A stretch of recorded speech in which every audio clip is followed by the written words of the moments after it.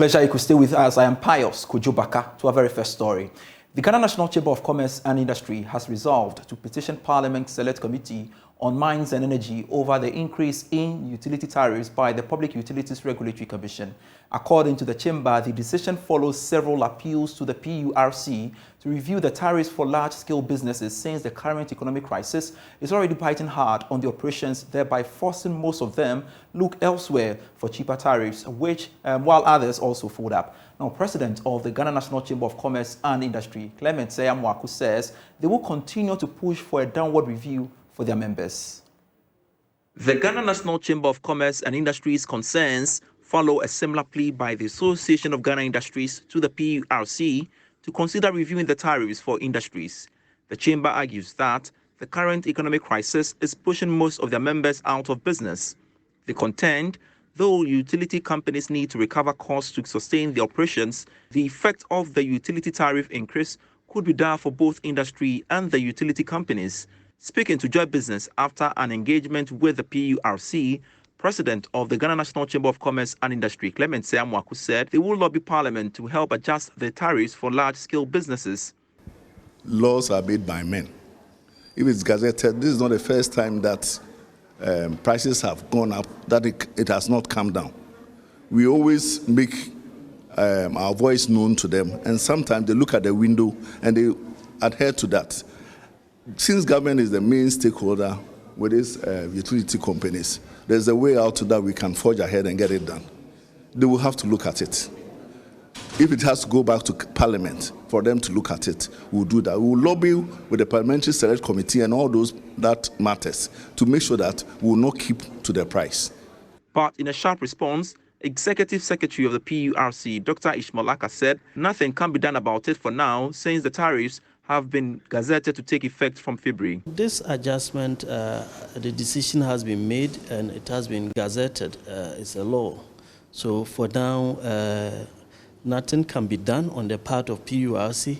However, there will be other quarterly adjustments. So what we are doing is to establish the protocols for engagement to see that we take, and let me also add that even before we engage the chamber, PURC on its own had put in measures to protect industry. One of them was that we have been able to reverse the structure for the first time for SMEs to pay lower than those in the residential sector. Within a period of less than 6 months, electricity tariffs have shot up significantly on two occasions, 26.6% in September 2022 and 29.9% for this quarter, totaling 56.5%.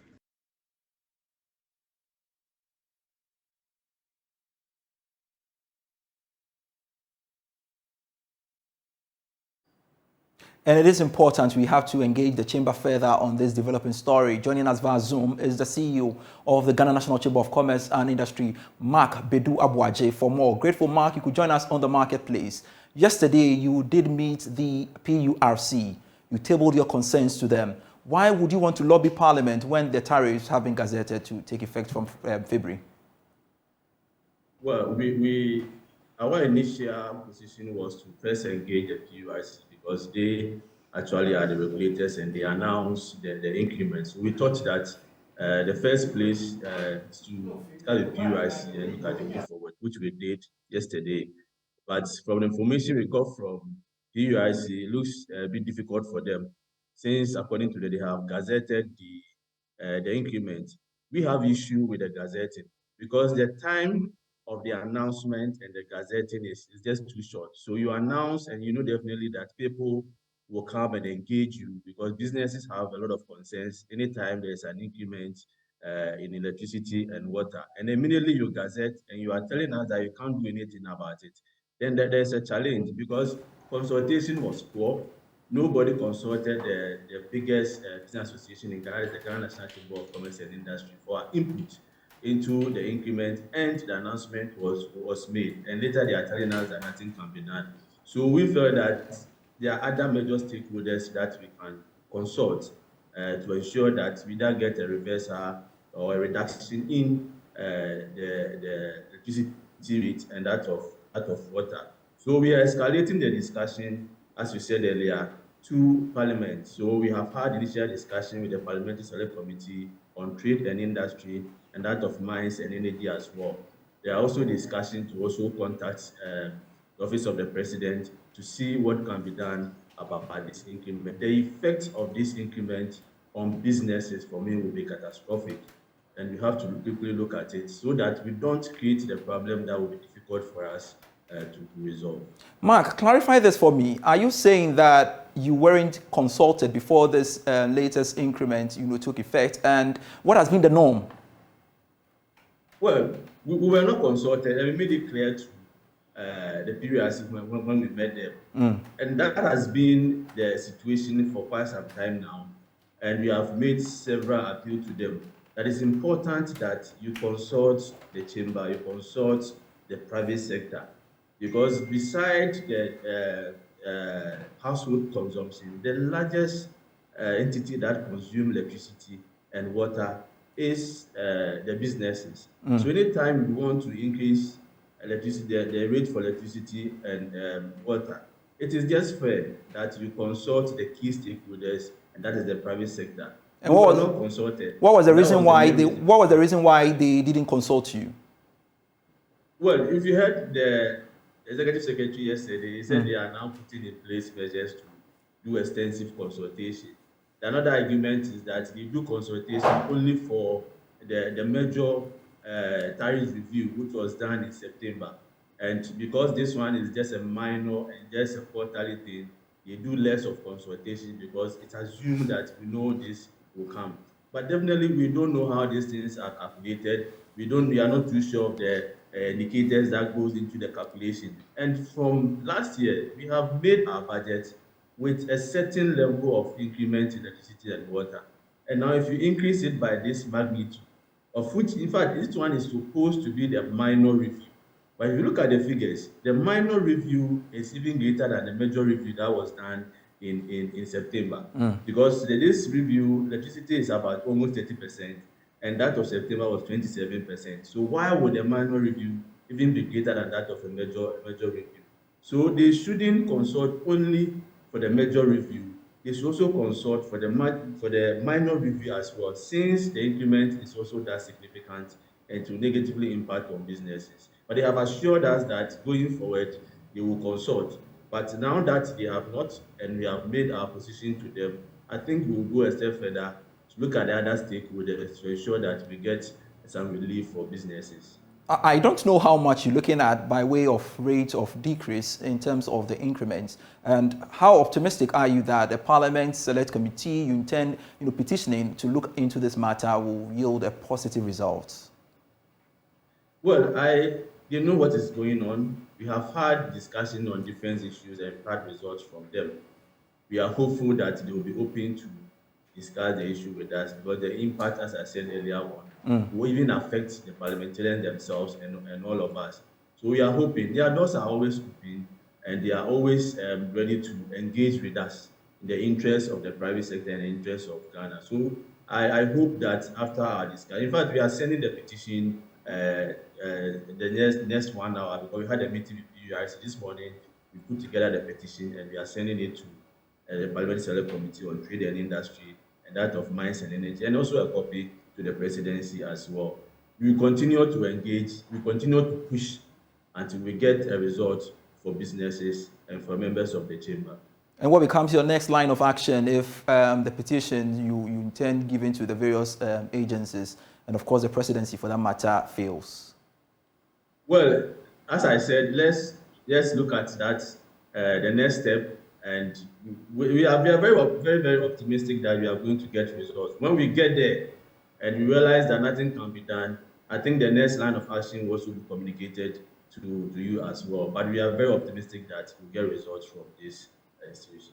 All right, Mark, before I let you go, Monday, the Bank of Ghana will be announcing the policy rate, and I know it is a key thing you guys look out for. Now, what are your expectations ahead of the announcement? My expectation is that at least, the least they can do for us is to maintain the rate at 27% as it is now. Any further increment, my brother, is going to negatively impact on activities of the private sector. The reasons why consistently they have been increasing the policy rate, which has been that inflation is going up, the cedi is depreciating. We have done that since the beginning of 2022, increasing the policy rate up to this current level, and still inflation is going up, still the cedi is depreciating. The kind of inflation we have now is not an inflation that can be resolved using an increment in policy rate. We are rather compounding the situation, but the cost of production will go up. Any increment will cause an increase in the lending rate, and businesses, whenever there's an increment, will find a way and push part of this increment into consumers. In fact, a lot of businesses have gotten to a level where they cannot increase prices, but they are at the peak of increasing prices, and they are not competitive now as compared to products from the foreign market. So businesses, by and large, are absorbing this high cost, and to get to a time when most of them cannot contain the cost and they have to fold up. And we have had a lot of them folding up, a lot of them, and laying off people. The problem we have now would not necessarily be resolved by just going to IMF.